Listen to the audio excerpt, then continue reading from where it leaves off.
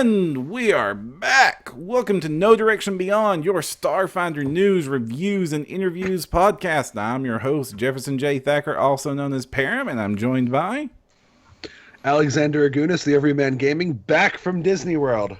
Congrats, I'm James. I write Code Switch. And today I'm Owen Casey Stevens. And today we have Owen Casey Stevens, the Starfinder design okay there, lead. Param? Huh?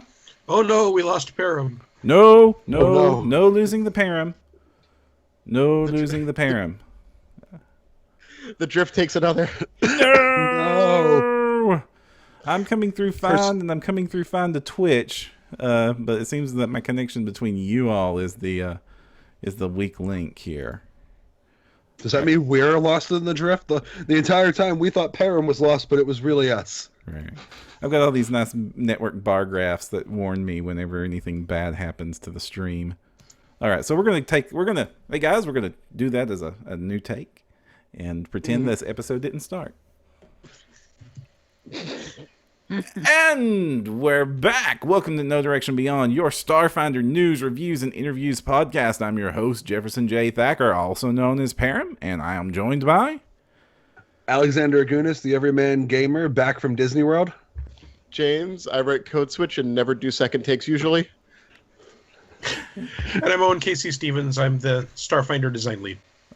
And speaking of which, thank you, Owen, for joining us on No Direction Beyond. It is criminal that it has taken us this long to get you on this show.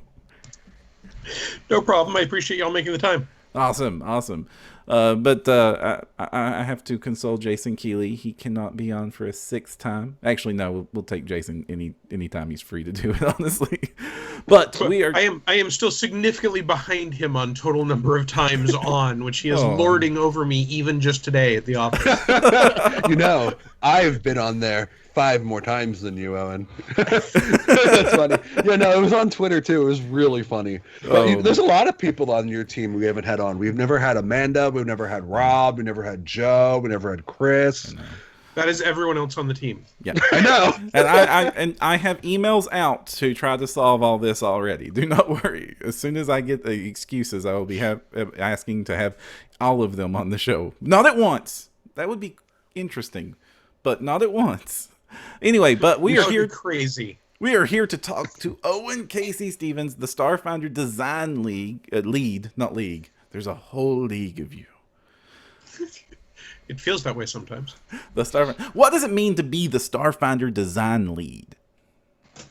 So, we are our own team that have a whole suite of role-playing game products we're putting out. We've got the hardback books, we've got the adventure books, we've got accessories and stuff that come out. And I am the primary person whose number one concern is the design of the game. That is specifically the design environment, the rules of the game, how it's being interacted with, whether there are things that we should modify, what direction we want to take stuff. So my primary focus when we are worrying about design type materials is that design, as opposed to, say, the creative director, which is Rob McCurry, who has a more high scale picture over the entire game line.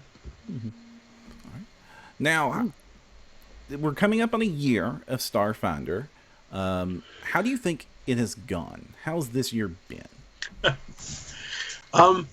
It's been a crazy year. I'm very, very enthused and a little bit humbled about how this game has been received.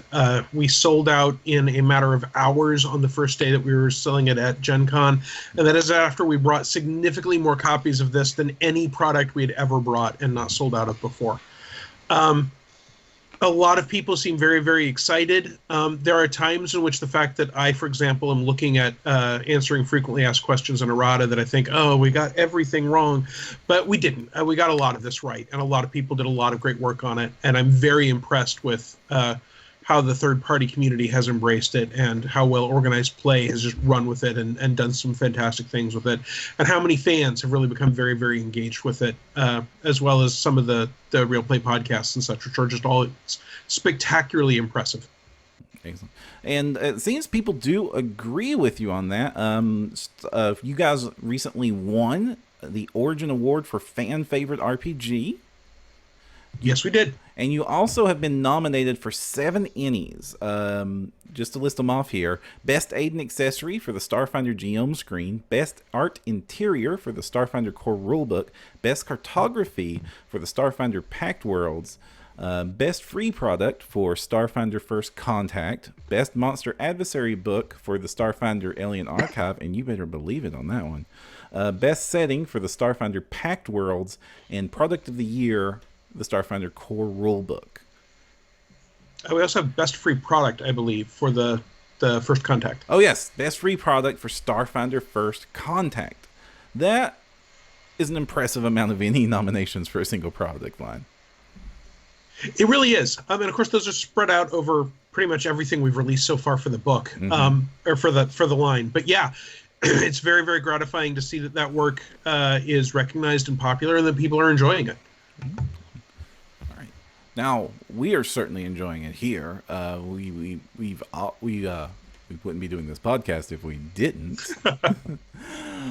But you talked about the books that have come out. So far for the game, we have had the Core Rulebook, we have had the Packed Worlds book, and we've had the Alien Archive. And we've also had a slew of society modules, enough supporting products to drown my shelf over there. Way many of them. And of course, the Adventure Path line, which is just finished wrapping up Dead Suns, and will be moving on to future Adventure Paths coming up effective Gen Con. Now, how many pages do you think you have personally been responsible for that headed out that door? Oh, wow. Well, I mean, 0 pages that I'm solely responsible for, right? This is all a team effort. So, I get credit for some part of maybe 300 pages of the core rule book, but even there, we're talking about if I had a freelancer design part of the equipment section, and then I developed it, and then it went off to another developer to look at, and then we had to change some rules elements, so it came back and I changed some of the numbers so that things would be balanced, etc. There are, and then someone has to lay it out, and someone else edited it, and probably 3 someone else has edited it. So there's nothing that I would say I am solely or even primarily responsible for on page count. I've probably cranked out 400 or 500 pages worth of material for this game in one form or another. But I wrote the last adventure for Dead Suns, The Empire of Bones. Even that is only part of that book, and the basic concept came from Rob McCreary, our creative director. He and I worked on an outline together. I wrote a rough draft, but then it went to Jason Keeley, who did the development on it, and then it went to at least Liz Liddell as an editor, and I know there were other editors that worked on it as well. So even for the pages that I say I wrote these, that's only one part of the machine that is Paizo, trying to make sure that we are generating worthwhile, interesting, well-developed, well-edited content. Mm-hmm. And generating a lot of content is key. You guys have actually had to kick it into a higher gear. You've doubled the amount of society being put out, and our effective Gen Con will be doubling the amount of Adventure Path. So it's clear to see that demand is holding strong. Yes, demand is holding very, very strong. It's true. We were originally doing one Adventure Path adventure every other month, which is why a year in we are finishing the first 6 Adventure Path. We actually ramped up production quite a while ago, because it takes a long time to go from our end being done to a book being in people's hands. There's the layout and the editing and the printing and the shipping and the warehousing. But we brought new people on. We have Chris Sims and Joe Bassini on the team. Amanda Hammond-Coons, who had helped us with the core rulebook and then had become a managing editor, actually I think sometime during that process, and then has come back to be a managing developer for Starfinder, so she's back with us. So we've got a good 6-person team now. And of course, Thurston Hillman does development for the organized play scenarios and organized play, brought on another person as well recently to help them with the increased demand. So we are trying to make sure that we have the necessary personnel to meet demand, but that's always a race, and you don't want to ramp up to the point that you're producing more content than people want. And a year in even, there are a lot of games that no one remembers now that were selling well 1 year after they were released. So we want to make sure that we take a intelligent, experienced view of how to make this game line something that will last, that people can keep enjoying, and that we can release stuff at a reasonable rate that people can use it instead of just flooding the market. Wow. I mean, I'm just in awe of like the amount of work that you go through and recognize for it. It's just, it's cool to see somebody take that much appreciation, everything around them, the machine for it. Oh yeah, I am a cog, and I am a particular shiny cog, but I am one cog in a big machine that produces these things, and I know from experience how much work the people around me are doing on everything. And one of the reasons that Paizo likes to have all our developers in-house, for example, is if I am working on something and I think to myself, I can't tell if this idea is brilliant or stupid, I can immediately turn to Joe Piscini next to me and I can say, Joe, is this brilliant or stupid? Now, Joe might well look at me and say, this is both brilliant and stupid. Which do you want to... But the point is that feedback can come immediately. And that is a very useful part of making a product that holds together, where everything makes sense and we're keeping track of what we're doing with what we do in the future. Okay, well... Sorry. I'm having a brain fart. Alex, save me. Oh, I was going to make the comment about how James and I mentioned to James that Owen is basically the living embodiment of a axiomite NC. This kind of proves it. I told you. Yeah. I mean, on top of all the other work that I have heard that you do and have seen some of, doing this on top of it really increases my awe for you as a developer. That's incredibly embarrassing. Thank you. I'm amazed that you guys have a team of 6, which is a lot more than a lot of other game companies have working on the product line. But it doesn't seem like it's anywhere near enough for the amount of material you guys are putting out and the quality of it. That is like. We've reviewed all of the hardbacks that have come out so far, and they have, with the exception of like the editing mistakes we all know about in the core rulebook, the other books have just been like phenomenally well put together. Well, and again, when we say a 6-person team, that's a 6-person design and development team, right? So we have yet more people who are working on layout. Our creative director of graphic design and art, Sarah Robinson, has done a tremendous job with the visual look of this game.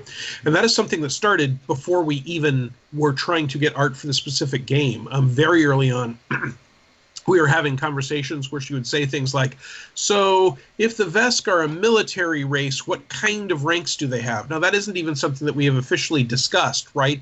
But we could sit down and say, okay, this is what we're picturing for that. Why? And she'd say, well, I need to know if, we're going to have officers have one look, if we're going to have enlisted people have another look, if they're mostly Space Marines, are they mostly barbarians, are they tribal?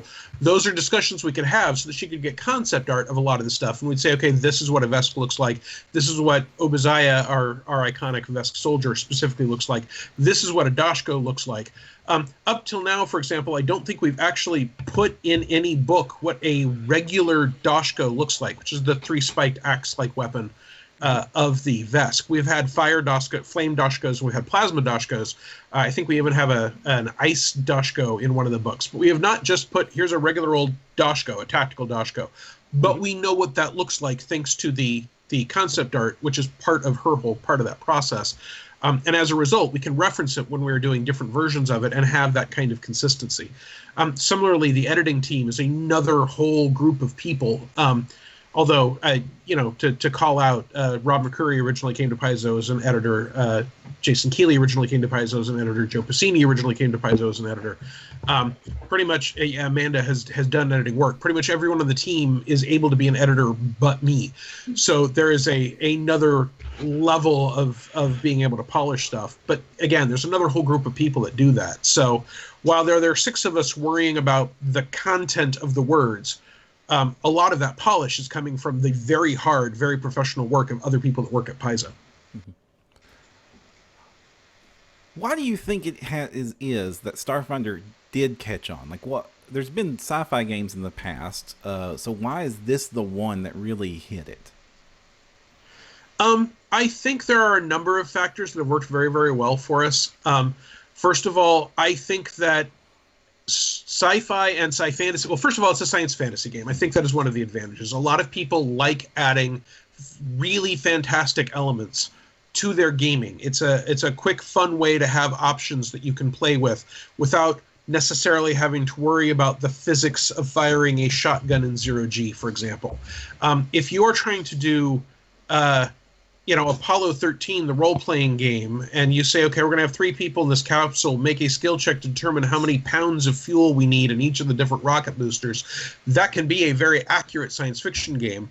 Even if you try and add adventure elements to it, people frequently kind of rebel that, well, if everything else is so realistic. As soon as you say there are gods, there's a form of hyperspace that was handed by a robot god to different people at different times. There are spellcasters, there's psychic energy, there are dragons. I think people find it much easier to let go and say, okay, this is supposed to be fun. The number one thing is to do action adventure. And if there are little things that bother players or GMs, right? If someone goes, well, I don't understand how lightning guns work in a vacuum without any kind of medium for the electricity to go over. Even if that bothers them, they can say, I'll just assume that part's magic. And so there's a lot of, I think, hand-waving that works in our favor. Pathfinder was obviously extremely popular, both as a game system and as a setting. And so tying to that gave us a leaping off point where we could say, hey, we're only telling you what, for example, 20 of the gods are. But if you're a fan of having more material, you know that Pathfinder has another 50, 60 gods in it so that you can go burrowing down. So it's like we started with expansion material already in place. One of the things we heard a lot was people saying, well, but there's only one rule book and there aren't nearly as many options as I would like for there to be. But because we have that other material there, if there's lore you're looking for, it's easy to dig that stuff up. You don't even have to buy products. A lot of that lore is material available on wikis and such. And if it's rules content, a lot of third-party people have come in and said, well, this obviously is a game world that comes from a place that has inquisitors and witches and other things, and we can do Starfinder versions of that, which means that third-party product line came in early. I think Paizo made a very smart decision to allow third-party publishers to support this game with third-party material on day one. So you could sign up as a third-party company for early access to sort of the mechanical part of the rules, not the setting material that isn't available for open game content use, but the core rules. And a number of companies in those first few weeks had products out just the moment the game was available. So there was even more stuff than Paizo could make available on day one, even including adventures and such. I think the organized play team deserves just a huge lion's share of credit. One of the things that can make a new game coming out difficult to get purchased is people don't have time to come up with their own adventures, and it doesn't start with a whole lot of adventures available. I mean, we did have our first Dead Sons adventure path available when we released this, but that's one adventure. And if you play that and you guys get together more often in 2 months than it takes you to run through one of those, there was no official content from us other than the organized play material, and they had a lot of material early on. They've brought in their own lore. They're getting a lot of fan favorites. They're recognizing that, and they're adding some awesome stuff to the entire setting, which is material that we on the sort of rulebook adventure path team might not even have thought of. It's a great way to have more minds thinking more creative stuff, and that's just more options for people to latch onto. So I think that's an important part of it. Mm-hmm. But also, I think that the time was right. There sort of was a gap where maybe there were not a lot of things I would consider to be popular science fantasy movies coming out. But as we released this, there are Star Wars movies again. There's a rebooted set of Star Trek movies. Guardians of the Galaxy was very, very popular and clearly has some less than pure hard sci-fi elements to it.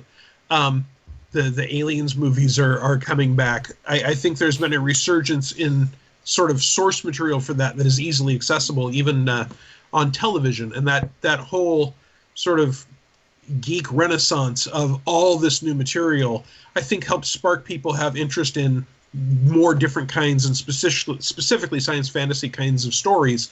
And interest in those stories and things to be inspired by are, I think, one of the things that makes a game able to catch on quickly and do well. Yeah. Now, it's been almost a year, and definitely you had your plan for what Starfinder was going to be coming out, but But plans change. Things happen in the community. What has happened? What has happened post-release that has surprised you, or has influenced the game direction? Well, we already mentioned that the demand was higher than we expected, and I mean, I think it was not only higher than we expected; it was higher than we sort of hoped in our wildest dreams. As a business, right, when you're deciding things like how many products are we going to have ready on day one, how big can they be, how many can we print, you've got questions about, well, if this is a tremendous flop, how much money have we sunk in this that we can't get back, how many people will we have to lay off, etc. So there's a reason why we had an adventure path every other month, because we just didn't want to spend a ton of money putting out more material than people wanted or needed, and not have any time to make adjustments. As it happens, that first adventure path was received very, very well. But not only was the first one out day one, right, but the second one was out of our hands by the time the core book came out. If we had been doing them one a month from the get-go, if we'd wanted to make adjustments in the length of it or the back matter or the formatting or any of that, we really would have had the whole adventure path largely set in stone before the game came out. And so that longer time meant that we could get at least some feedback for the last half of the adventure path. And mostly, I think, we saw that people liked what we were doing. But we certainly are paying attention, especially in the Paizo.com Starfinder forums. We take a look at those. We try and keep track of it. There has been some errors that we snuck into the book, no matter how hard you try and fix those. And it's been really nice to see. A lot of people will say, oh, this information seems to be missing. And then they'll say, well, it looks like you could use this solution, or maybe this is supposed to be it. And the community comes together really, really strongly to support each other. And we can't answer every question as soon as someone asks it. So seeing a friendly community on the forums making suggestions for each other is really gratifying, and not necessarily something I expected to have happen. And then there are things like Skittermanders are more popular than we would have expected. For example, my wife, who's off to the side, just squealed in delight at the word Skittermanders. You can probably hear her laughing as I speak. Yeah. And so, right, we released Skittermanders. They're a huge hit. And then we're like, well, we've got a free RPG Day product coming along. Maybe we should do a Skittermander adventure and see how that's received. Oh, we are doing a Starfinder comic backup feature in the back of the Pathfinder comics. Maybe those should feature Skittermanders. And those are ways that before we do something like, say, Skittermanders are core, or there are 5 subspecies of so we're going to do the ultimate Skittermander, will be a new hardback book. Without having to go there, right? We can take this idea that they're a popular mascot icon, and we can roll them out in other formats and see how people respond to them. But at the same time, organized play can say, well, even with the Cantina scene, we don't want to have a game where everyone is playing a hyper-intelligent shade of blue. So here is a way where we can take those weirder races that we want to be part of the Starfinder setting, but we can put them in a controlled way and see what their reaction is, and then maybe we make an adjustment to what those are going to be later on. I think that's a very important feedback mechanism, and the enthusiasm has just meant that some of that feedback mechanism has both happened a little faster than we expected, but also it's taken us in directions that we would not have originally predicted. I do have a question, because I never gave this any thought about the organized play team making up lore, and your team maybe wanting to implement it in a different way. Is that, how often of a two-way street is that? Are they more free to take stuff from your core line, or is it kind of like a 50-50 and you guys run it by each other? So certainly we do our very best to stay in communication, right? They do an excellent job of telling us what their overall plan is and what their individual adventure plans are. That actually mostly doesn't come to the majority of us, right? That is content type material. So the creative director, Rob McCreary, keeps an eye on that and says, yes, this seems like it's a Starfinder kind of thing, or I'd like some more information on this so we can see how we'd fit it in. We also try to stay out of each other's ways too much. So, I mean, like Zoe, which is a very popular character, ZO exclamation point, showed up first in organized play, but he was very popular. We liked him. We put him in the Pact Worlds as an example character, right? We've got him illustrated and everything. We don't want them to do adventures that like blow up Eox, right? Because we want Eox around to play with, and they know better than to blow up Eox. But one of the great things about Starfinder is that they could say, hey, here's a very important planet full of gargoyles or whatever they wanted. that we are using in organized play. And then if they wanted to have an interactive special where they say, if you guys lose this, the planet blows up and no one gets to play with it anymore, they could do that without impacting the rest of the campaign setting. It's also one of the things I like about third-party products, right? If someone says, hey, here's a new solar system, they can say, here's a new solar system. You can use this as the core solar system of your campaign, but you can also just say, here is one of 10,000 solar systems people know how to get to, and a GM can drop it in a single adventure if he wants to. Wow, that's cool. I never gave it any thought, but that's really cool. I mean, they have a ton of experience, the organized play team does, working with things like the campaign setting books and the adventure path line on the Pathfinder side.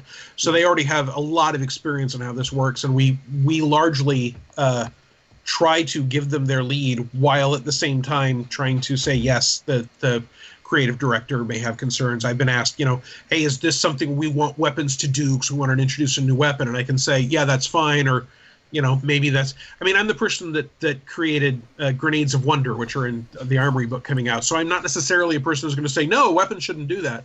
But it is a question where if we're creating new mechanics, they tend to run those by us, and that's great. And then we can have a consistent feel throughout the entire thing. Well, speaking of the Grenades of Wonder, the next book coming out for Starfinder, the next hardback coming out, it'll be releasing at Gen Con, I believe. Yes, that's correct. Is going to be Starfinder's Armory. What can you tell us briefly about that book? It has third-level weapons in it. Oh. So that is very brief. Thank you. All of our ears perked up like, oh. But one of the things people noticed when we released the core rulebook is there is literally not a single weapon that has an item level of 3. And that is because mathematically you don't have to have a weapon at every level, right? These things go up by certain specific quanta, and you do not have to have an upgrade at every single level, and we don't necessarily think you're going to want to stick with a laser pistol your entire career, so you may hop around for other options. Stuff gets dropped as loot, etc. But not having a single weapon of a given level was sort of an oversight. We didn't notice when we were doing the tables because we wanted to make sure there was what you needed at each level. At a third level, you can adventure with second level equipment just fine, especially weaponry, so it wasn't an issue. But that is the sort of gap in what is available that we wanted to patch. We wanted to make sure that there was powered armor at a lot of different levels and different kinds of light and heavy armor and more armor upgrades, and specifically more armor upgrades that make sense for an android to use in their racial ability that allows them to use armor upgrades. I mean, the butt jetpack was one of my favorites. I mean, that's great, but at first level, that's not an option. And of course, the actual jetpack, I think, takes up 2 slots, so you can't actually cram it into an android unless they are ridiculously obese. Which, they just have little hands and legs sticking out, and they otherwise look like a potato with jets, right? A big intake for a mouth. No, you get a compact jetpack, and you put one thruster in each cheek. No. Well, it's firmly in the case of things we're not doing. So there were a lot of places where we're like, we want more magic items. We want more different weapon types. We want to support different gameplay types that people have been talking about. A fair amount of that book came from, that was late enough in the process when we were actually outlining it that we'd already gotten some feedback on the core rulebook, and so we knew some of the things that people wanted to see more of. And we had seen, for example, that the idea of having some player-facing rules in the Alien Archive that tied to various alien species was well received. So we were like, well, we're putting new equipment into this book. If you wanted to play an equipment-themed character, it makes sense to have sort of some equipment-themed class features in the book, for example. So those are just ways where we were trying to make sure that we knew we didn't have absolutely everything you could possibly want in Starfinder in the core rulebook. Part of that was a space issue. Armory's 160 pages long. The core rulebook's already more than 500 pages long. I don't know that a 700-page core rulebook would have been well received, and we would have needed another 6 months to put it together and print out, and poor postmen having to deliver it would probably have hurt themselves. But also some of it was, let's put out the sort of core material that we think is most important for people to play with, and then see what feedback we get, and then we can take what I personally consider another core book, right? This is like the Alien Archive, which tells you things like how to make an alien and how to have summoning spells. There's another book that answers some very basic questions. Pact World similarly takes our core setting and gives you more information about it, so that if you are satisfied with what's in the core rulebook, that's great. You can play a game just fine with all that. But if you are the sort of people that think, I really want more guns, more grenades, more cybernetic upgrades, or we had necrographs show up that we had not originally described, and those were in one of the APs. We're like, well, those were very popular. A lot of people liked them, so let's do those and add some more, so that is a thing that's in the book. That's how we tried to fill this book with as much desired, useful gaming goodness as we could possibly pack between the two covers. So, along the same lines with that note about necrographs being in the book, are we going to see a lot of reprints from like Pack Worlds and the Adventure Path volumes in Armory? Certainly nothing from Pack Worlds, I don't think. Again, I consider Pack Worlds sort of a core book, and the stuff in the Pack Worlds is sort of specific to the Pack Worlds, so there's no need to put that in the Armory. I don't think we picked up anything from Alien Archive either, because, again, that's already in a core hardback. There are a few things, not everything by a stretch, but there are a few things that have shown up in Adventure Paths where we thought, okay, that was an idea that we did not originally have. It's popular. It plugs a niche, so we will... take that, and necrographs as an example, a disintegrator class weapons. Yes. And we will have some of that in this book, because if that is something that is particularly popular and a lot of people are using it in a lot of cases, having it in a hardback book as a single reference is just more helpful. But we mostly want this to be a book of new material. The vast majority of the stuff that we had custom written for it, and that I and Joe Piscini and that Chris Sims spent a lot of time developing, including a period of time known as the Reckoning, where we were all like, okay, I've done this with magic items. What have you done with hybrid items? Well, I did this. Okay, well, that language ought to be the same. So there was a period where we were all trying to make sure that everything we had done with everything was all gelled together. I am so happy that disintegrator weapons are back. There's something really satisfying about rolling a d20 for damage.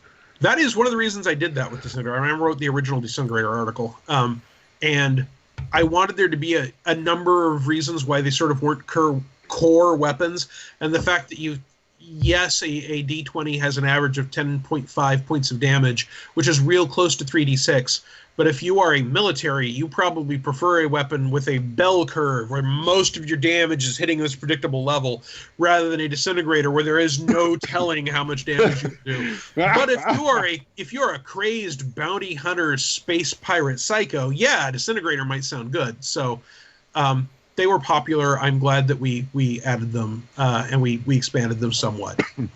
Are we going to see disintegrator melee weapons? Can I take a sword and dissolve body parts with it? So I'm not going to spend a whole lot of time revealing all of the secrets of what is in Armory. I'm happy to talk about it in broad terms. But for example, we've got preview blogs coming out and such, and we do want you to buy the book to answer some of these questions. So, but I'll be entirely honest, I don't remember any disintegrator melee weapons. That doesn't mean there aren't any. But if so, it's certainly not a great big category. If only I knew a third-party publisher who could fix this problem. Well, maybe somebody If will. only you, the everyman gamer, knew someone that had a third-party publisher. If only. Together. I mean, I could see disintegrator maces, right? Or right? You might pick a weirder weapon, right? You might have the bec de Corbin be the standard disintegrator shape. Ready? And then since the bec de Corbin in Pathfinder is particularly good against armor, right? You could actually have a critical hit effect be disintegrates armor. Listen, ready? Disintegrator chakrams. That gets right up there with lightsaber nunchucks as weapons. I don't know that but that's actually also not that dissimilar from the discs from Tron, right? Which are a throwing disc. You hit someone, they derez. So that's why it's great. You gotta take it, and like something about the kinetic force of being thrown triggers the disintegrate, so like it doesn't disintegrate you while you're holding it. It's great. It sounds expensive, and what happens when you miss? Everything happens. It's a disintegrator pistol, and when it disintegrates, it disintegrates. We've talked about that in space combat. Like, yeah, you guys fired a bunch of rockets and railguns out into space. Who knows where they'll land eventually? Well, so here's the advantage. Space is big. I mean, if you think it's a long walk from your house down to the local corner store, that's peanuts compared to space.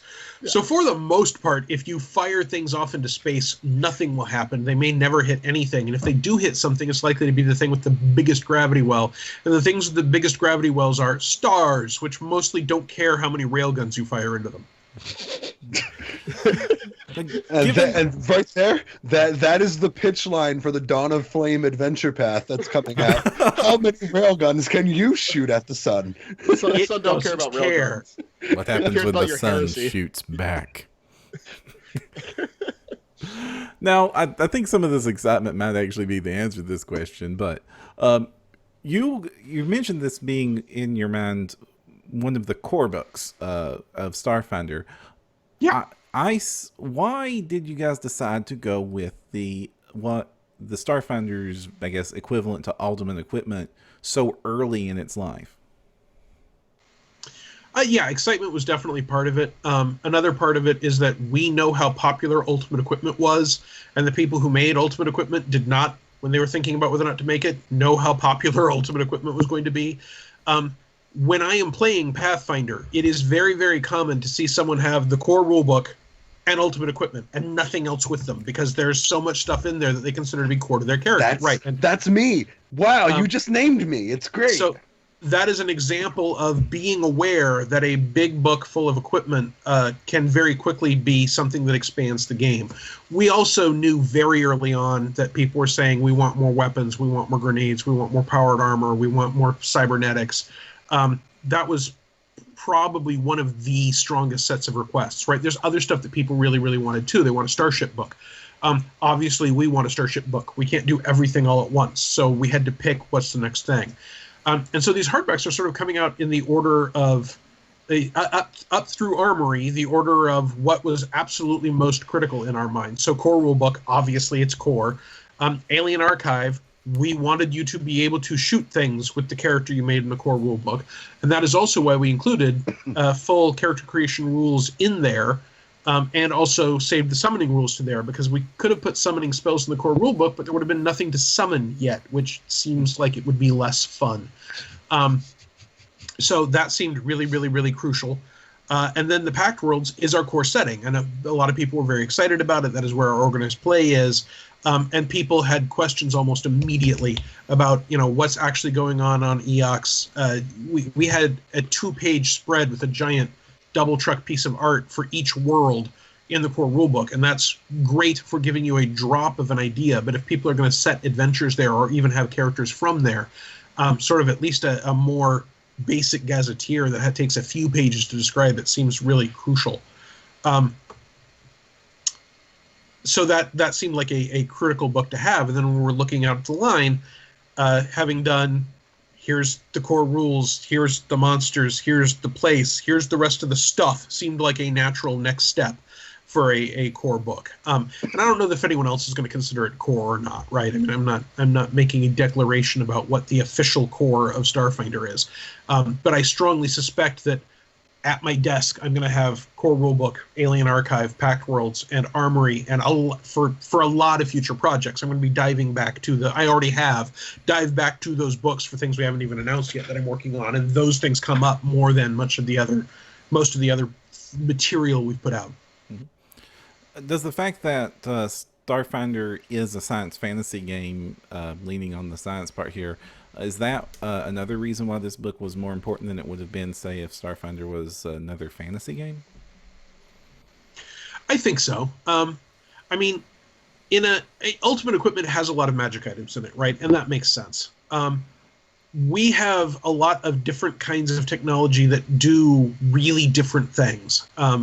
So a lot of our weapons are similar, but some, unlike in Pathfinder, where your basic weapon is either a bash, stab, or cut, either here or at range, and that is pretty much all they do.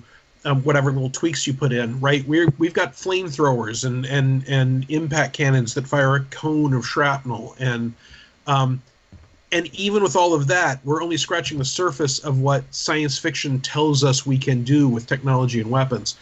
So we really wanted to both give you a lot more options in the stuff that was common, but also say what else might advanced science make that we can give people rules for that makes sense to be in this universe. And then again, I remember one of my favorite things for Shadowrun, for example, back in first edition Shadowrun in the 90s, was the Samurai Street catalog. I loved that thing. My copy got so dog-eared it fell apart.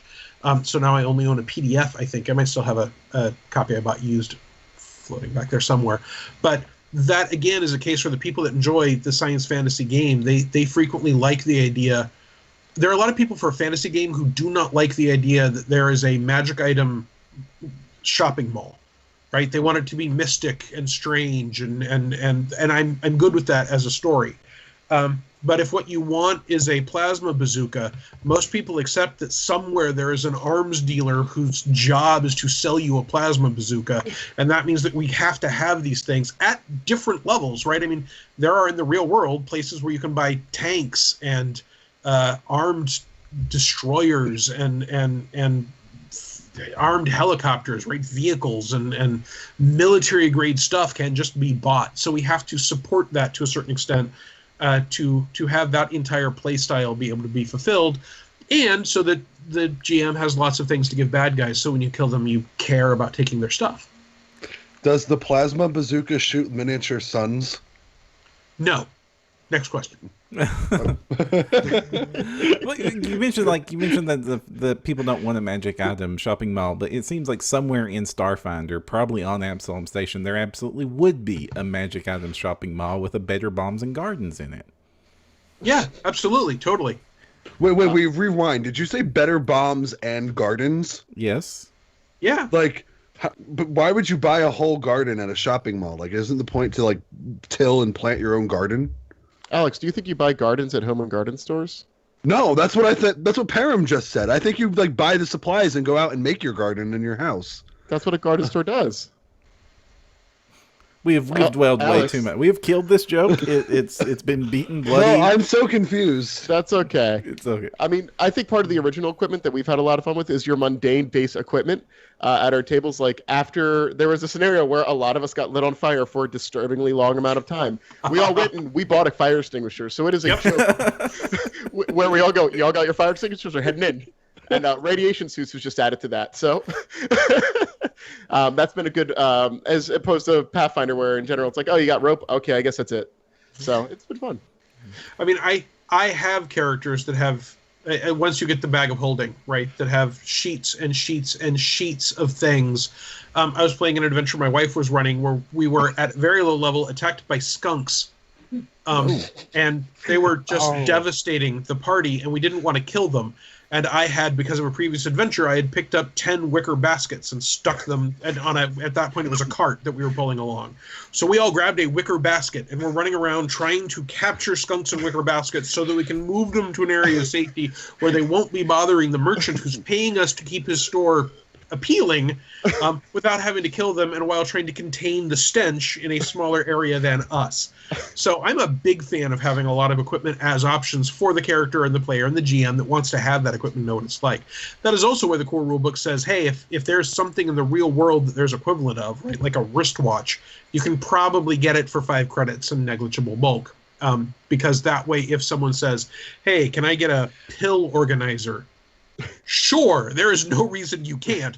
We're just never going to pile everything that could be bought on Amazon.com into a rule book. As much as I think a Titan.com shopping store joke might be worth cramming into a product somewhere. That's a lot of space for product. Right. I can go with that, because then you can do a Starfinder Society scenario where the party is contractually delivering to a really difficult address, but it's guaranteed. Actually, I'd rather go the other direction with it, and you work for a Titan.com warehouse, and there is a missing item because, like, it's a war robot and it's gone loose. So you have to go running down the aisles to capture this war robot so that it can be deactivated and shipped off. But you're not allowed. You're only allowed to shoot, or you're only allowed to use melee weapons, because if you use ranged weapons, you might accidentally blow up someone's Tickle Me Elmo. And then we could have a chart of random things that you end up hitting if you. Why do they even have stainless steel juicer sticks here? I don't understand. Well, do you know what would be really funny if, like, at the end of the scenario, you have to total up everything that was destroyed on like a random chart, and then like you subtract that many credits from everybody's like overall rewards. But this, Congratulations, your reward is a bill for 27 credits. oh, You this guys is, blew up some very expensive gaming systems back in aisle 42. So, good news is you're now the proud owners of 87 damaged Sega 2000s. Listen, no, but I feel like if you take this idea to John and Thirsty, they will let you do this. Like, this is a thing that could happen. It could be real. I will add it to my giant list of things to do when I have spare time. I think it's the only day job role where you get negatives. Just in case the rest of you don't know, that list is located in like an eldritch vault underneath Paizo. You have to like walk down several flights of stairs. It's as long as a basilisk now, and Owen just sighs deeply as he writes the thing and leaves. I mean, every once in a while I get to go down there and pick something off the list to be the next thing I actually spend time on. But that's less often than adding things to it, I promise. It's a glorious day. It is. speaking of things you spent time on, I think we kind of skipped over this and we shouldn't have. You mentioned that you wrote the ending of Dead Sons. Yes. Mm-hmm. The last adventure in Dead Sons is Empire of Bones, and I wrote it. It is the first adventure path I have managed to write for Paizo, despite having been working on writing an adventure path adventure for Paizo and having been assigned to 3 times over the past decade. But various factors, including at one point a combination of hurricanes and kidney stones, have kept me from ever managing to get it. I had really begun to think I was cursed. So I am delighted to have finally managed to do that. It is the final adventure. It's up in the teens. And you guys get to go to an Ultranaut, the biggest ship you have ever seen or likely heard of, and face more undead than you can shake a stick at in an effort to save the universe from the risks of the corpse fleet getting a hold of a giant mega weapon. It's a lot of fun, in my opinion. Now, I was going to say that I heard a rumor that this book had like rules for the biggest spaceships we've ever seen, but you kind of just confirmed that. So, biggest spaceships we've ever seen? Question mark. Yeah, no, Ultranauts are an entire size category larger than the biggest things in the core rulebook. They are things that fall in the fleet carrier, by which I mean the ship that carries a whole fleet of other ships, or the mobile city. If you want to, I don't know how many people remember Alternity or the Star Drive setting, but it had a really wonderful thing called the Lighthouse, which was a mobile space station that would teleport through hyperspace from system to system. If you want to do that, or the Galactica, or any of the other you can be here for your entire life-size things, that's what Ultranauts are designed to do. What if I want to build the Death Star? Will this let me make a Death Star? No. Oh. No, because we don't. If a GM wants a Death Star, then what he wants is a plot device. That's like saying, can I build a deity, right? We can tell you what stats you need for that, but that is a place where a GM says, as a result of the plot, probably the thing that is driving the plot, there is this thing, whatever this thing is, and it's not something that you should otherwise ever need to know. Oh, my Ultranaut can only have 2 spinal mount main weapons coming out the front. I wanted 4 for it. No, it's that's there's this stuff which is reasonable and on some sort of scale. Although in this case, that scale is like it's like saying we've got ancient red dragons, right? It's designed for upper end play. But there's that versus things like the Death Star, which are and the One Ring and artifacts. That's all stuff that we don't really need to tell you how to make that. Whatever you need that to do is what it does. So this is that big ship that flies in episode 4 after like the scrolly yellow text. The bum Yes. bum. Okay.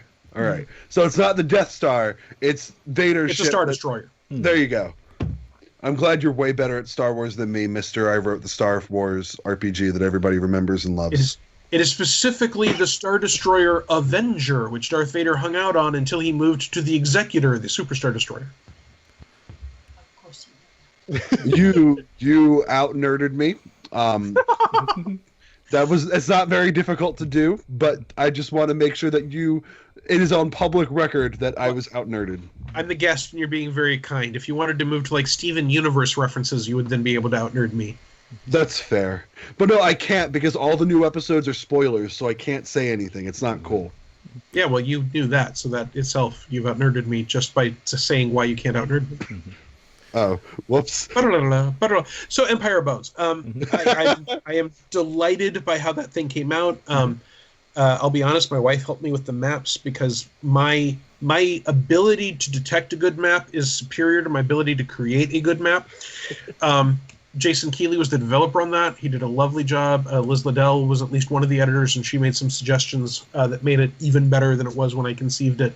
I've gotten some positive feedback on it already, but it's also it's something off my bucket list that I've been wanting to do since Second Darkness. So I'm delighted to finally have a Paizo AP under my belt, and now I'm never writing an adventure again as long as I live. Really?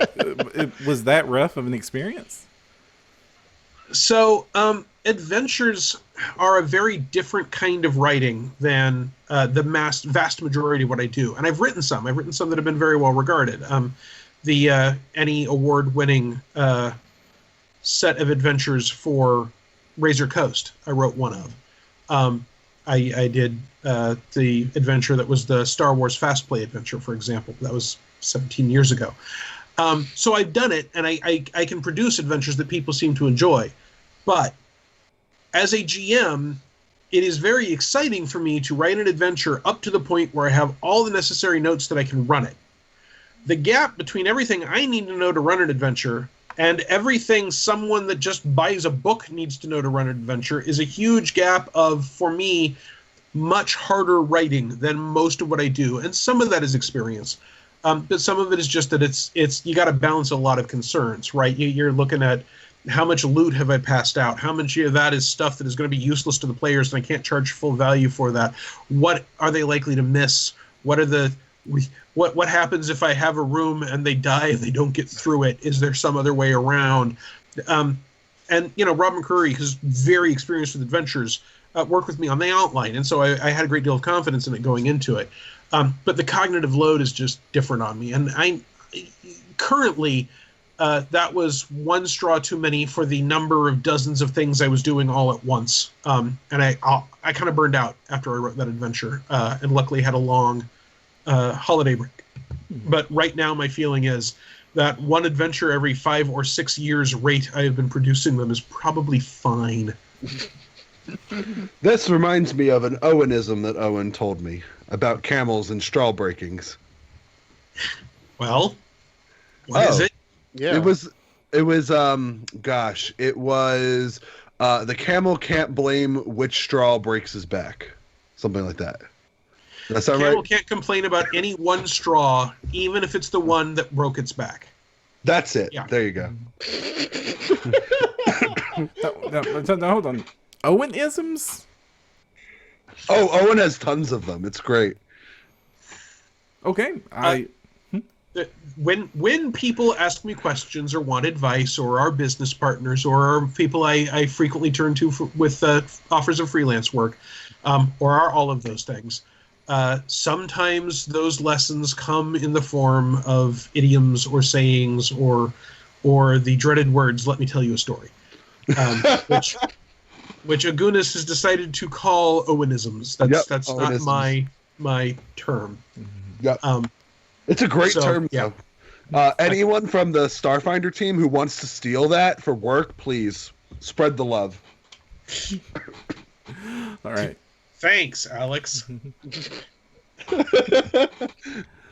The other book that's kind of far in the future, you'll probably have even less to talk about, but you all did tease a lot of during the PaizoCon panels, is Alien Archive 2. Anything you can say on that to get people excited? So we Alien Archive 2 is sort of got filled out the same way Armory did, in that we looked at what are things we're missing that seem to be popular, that people would like to see. And I don't want to jump the shark, not jump the shark, I don't want to jump the gun. It's a different thing to jump. I don't want to jump the shark with a laser gun on its head, because there will be preview blogs, and I'm sure that there's a specific plan for it. But It follows the same basic format. We have a ton of new aliens and some new playable races. Where it is appropriate, we have added material that is sort of player-facing related to each of these things, which helps a GM develop treasure that's appropriate, or if you want to play one of the player races, gives you some unique cultural element that you can draw on. We have a set of universal creature rules, all the necessary appendices. I think we've got a little more indexing in this one than we did in the first one, because we didn't have to include the monster creation rules, so that gave us a little more room to play with. And like the summoning spells in the first one, we have a similar set of spells, which I am literally going to the internet to see if we've said what they are. But there's an additional set of material with that as well. And I mean, obviously, I always hope it'll be well received. Bestiaries are popular, so it is my hope that this will be well received and help people tell the kind of adventures that they want to tell. You said something interesting there, that you weren't going to need to have the alien creation rules in Alien Archive 2, whereas the Pathfinder Bestiaries seem to reprint almost all of the basic rules so that they're almost independent. So does the Alien Archive 2 assume ownership of Alien Archive 1? So you can use just Alien Archive 2 in that, for example, if we refer to a universal creature rule, we made sure to include that in the appendix. So if you're pulling monsters out of Alien Archive 2, you don't need Alien Archive 1 to use it. But we did not feel we needed to repeat, here's how to make a monster from scratch. That is an appendix that we put in Alien Archive 1, which is the most core of them. So if you want to be able to do that thing, to make new creatures and NPCs, you need Alien Archive 1 to do that. But you can use Alien Archive 2 without any of the material from 1. And I just found our preview for Alien Archive 2, our description of it, which specifically says that it includes complete magical polymorphing rules. So we did mention, and I can say that like there's summoning rules in the first one, there's polymorphing rules in the second one. Man, polymorphing gets exciting when you start thinking of some of the critters that can be in all of space. Yeah, that's one of the reasons why it's not in the core rulebook, right? Is that we knew that we were going to have some pretty wild and crazy things, and that the original polymorph rules from Pathfinder might not accommodate that well. And certainly we did not want to have, right, we didn't want to have form of the undead, and form of the hyper-intelligent shade of blue, and form of the Skittermander, and form of the, right, we're going to have a lot of different kinds of things, and they aren't all necessarily going to be equally weighted. So we wanted to handle that differently. But like some of the stuff in Armory, where we had to see how the core rulebook was received before we could build on it, we wanted to see how our entire alien building set and what aliens we'd already included were received by the community, and how well they worked, and where there might be issues with them before we wrote up a set of polymorph rules. Polymorphing is just always going to be somewhat more complicated than some other forms of magic, too, and that's another thing. If you are buying Alien Archive 2, you are probably not feeling that you are a beginner to this game, so the cognitive load we can ask you to take on for fun is somewhat greater. They are still entirely optional, right? You can buy Alien Archive 2 and say, nope, I don't want to deal with polymorphing. It's out. We're not doing it. And that's fine. But there are people that are excited about that kind of concept, and we want to support them if we can.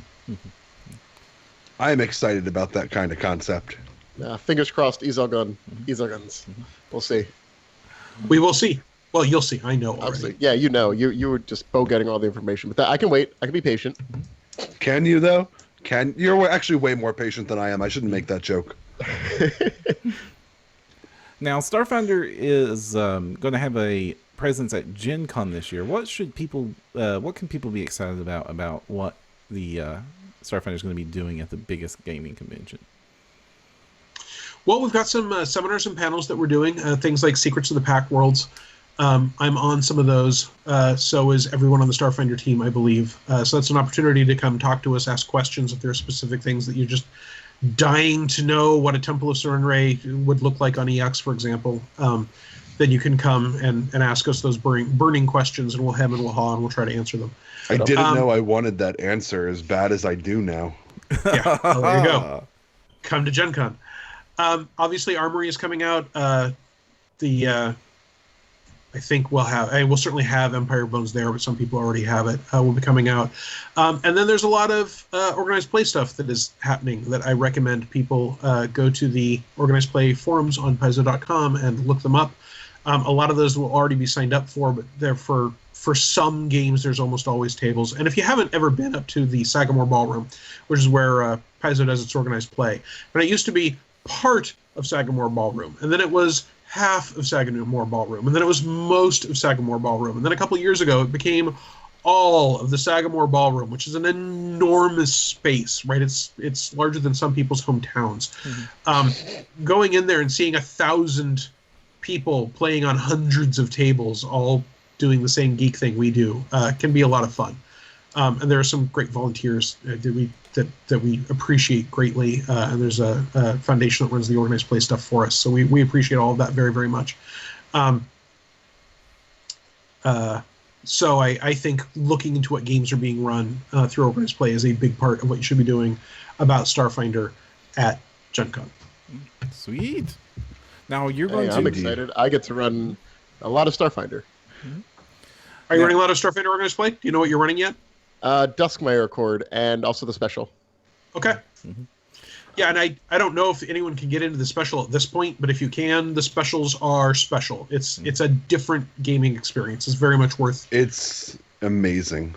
It's like that orc concept of groupthink, except you're all playing a game instead of trying to make something go to space, but it has that same type of energy. That's Although fun. in this case, you may also be trying to make something go to space. Yeah, actually, probably because of the game. It's gonna be great. It's the Scoured Stars invasion. It's gonna be awesome. I'm so excited. Yeah, and they're full production affairs. You guys usually have like sound effects and like projectors with game aids posted up on the walls, and sometimes some of your crew even come in costume. I don't know if that's the plan this year or what that's going to be, but we have seen that happen many a times. Yes, I would never reveal what's going to happen in this specific year, but yeah, that's all stuff that's happened in past years, and we are aware of how popular those elements are. And again, that's the organized play team that really going way beyond any reasonable call to make sure that their jobs are more difficult than they have to be in order to make a great experience for people. So I am in awe of everyone on that team. And it's something you just can't experience just about anywhere else. The amount of energy, the amount of players there. Yeah. Yeah, I don't know about how you feel, James, but like even when we play the specials at home compared to Gen Con, it's not the same. No. The more people you do, the better. So there was one special, Solstice Scar, which is made for smaller tables, which I think feels pretty similar depending on where you're at. But other specials, definitely. The more size, the more epic it gets. So, obviously you're going to be there if you're presenting at panels. So you're going to be at Gen Con? Yes, I will be at Gen Con. I will not necessarily be at the Paizo booth all that often because I am going as part of a vacation rather than as part of my work for Paizo. But I'm still doing a lot of Paizo panels. I expect to be at the Ennies, for example, in case we win, because I have worked on projects that won Ennies, and I've been to the Ennies, but never both of those at the same time. I'll be around. You can follow me on my social media to figure out where I'm going to be at any given moment to hunt me down. And if you're someone in the industry or who wants to be in the industry who's looking for an opportunity to talk to me and you don't get out to the West Coast all that often, you're going to Gen Con, this is a good time to try and track me down. I'm not saying that buying me lunch will end up meaning that you'll win RPG Superstar or start your own gaming company, but both those things have happened. They have. Yeah, I heard Alex buys a lot of lunches for Owen. No, actually, every time we try, it doesn't end up happening. Aww. Do you remember at PaizoCon, I tried tracking you down for drinks like 3 times, and it wasn't until like day 3 that I got you? Yes, and by then someone else was already buying me drinks. Yeah, I was like... Oh. Okay. So I just... Alex is supposed to have a list of questions to ask me when he gets around to buying me drinks. I'm supposed to, but then, like... I never remember them, so... That's like, why you write them down and make a list. Yeah, well, the way I see it is that if I forget them, they probably weren't that important, and anything that I actually do think to say to you in the moment probably is more important than them. That's fair. Now, I'm curious. You said you were going there as part of the vacation. So what is just nerdy fan Owen looking forward to doing at Gen Con? That, like, let's just scrap Starfinder related stuff. Like, what is the fan in you going to be doing at a convention that big? I'm going to spend as much time as it takes to walk the dealer's hall, which again is a ridiculously large room. And I do that a little faster than I used to, because it used to be that is how I found out what companies were doing, was seeing what they've got new at Gen Con. The internet has made that much less of an issue than it was, say, in the late 90s. So for a lot of companies, I already know what they're doing, but it's also a great time to see things like, here are the first print run of miniatures or models or terrain that isn't actually out yet. There are also a lot of artists there in the artist alley, and small novelists. There's an entrepreneur zone, and I heartily recommend everyone take the time to go to the small shops in the entrepreneur zone, go through the artist alley. But there's also sort of away from the entrances in the larger numbers in the aisles 2100, 2200, 2400, 2700 maybe. There are smaller companies, and some of them, they have saved their money and made their big push for this, and therefore you've never seen them or heard from them before. And some of them have really cool stuff. So I always think it's worth it to go. Sometimes it's even not as well lit back there, but to sort of the dark hinterlands of the dealer's room, and walk up and down the aisles and talk to people, see what they're excited about. I mean, some of them have, here's E&E, which is absolutely not just my version of D&D, but with a chart for the different weapons and how they react to dragon scales, right? Okay, that product is probably there, but there's also a lot of really neat, innovative stuff, not all of which is just a role-playing game, right? There are people that do terrain. There are people that have computer programs, art, social media. There's a lot of stuff, and the thing I've never heard of or that I hadn't even thought of is always what I am most excited by to see back there. Back there is where I first met Arc Knight Games with their really cool little the templates. It's the first place I ever saw Hexographer, and that's an amazing piece of software, and they also have a space version that's fantastic for Starfinder. There's all kinds of really cool those are great stuff. examples. It's also a place where you can meet Zombie Orpheus, the people that do the Gamers series, are going to be there, and so you can meet some of the people that have been responsible for some of the media that you enjoy, and that can be fun. But try not to clog their sales point or eat up too much of their time. But and then the other thing I'm going to be doing once I'm pry myself loose from the dealer's hall, I've got a lot of friends in the industry who don't happen to live in Seattle. So this is an opportunity for me to hang out with and spend time with and talk to, and sometimes make deals with people that I don't get to see any other time. And so that's really, really nice. I always like to hit Scotty's Brewhouse, which has game-related themed menus. And it's not that the food tastes better because they're alchemical pickles, although the goblin pickles did taste better because they were goblin pickles, I'm telling you. But there's this opportunity. Scotty's is obviously Paizo-themed, but there's a similar opportunity at the Ram most years to sit in a professional venue where they have embraced us geeks and our gaming culture, and there are posters on the wall, and at the Ram they frequently have the Dolph Lundgren He-Man movie on, or Star Wars or whatever, instead of sports. And it's just a very different environment, and it's not something I get most of the time. I do actually now have the AFK in driving distance, so I get it more than most people. But it's still fun to do it with that press of hundreds of other people like me. There's usually a board game library. I heartily recommend that, because you can go and pick up a game you've never ever heard of and give it a try. And I've certainly bought games after playing them there. There are also frequently demo spaces in the dealer's room, and I recommend that as well. My first exposure to Apples was someone who was just demoing it in the dealer's room, and my wife and I tried it with 4 or 5 other people, and we're like, well, this is the most awesome game ever. And so we bought a copy and have several expansions for that matter. So sometimes there's geek media, like premieres of fan films and such. I haven't looked into that yet this year because I suspect I'm going to be sleeping in late and going to bed early, which often means I'm going to be cutting off the ends where those things would happen. But if that sort of thing appeals to you, I recommend going to the GenCon.com page and looking at all the events, which they already have listed. And then there are seminars. There are tons of seminars that I think are very, very important. This is frequently one of the few places where people who are otherwise marginalized or don't have their voice broadcast or heard well frequently get to speak here. And I have learned a lot, and I've met some great people and even made some friends going to seminars just that struck me as interesting or sometimes important. It can also be a great place to make contacts sometimes. A lot of seminar people will say, hey, I've got business cards up here, so if you want one, come and grab it. And if you do that, you can then, email them a few days later if you actually want to contact you. Say, oh, I was at your seminar at Gen Con on this subject. That was great. And it led me to this question. Do you mind if I ask you this by email?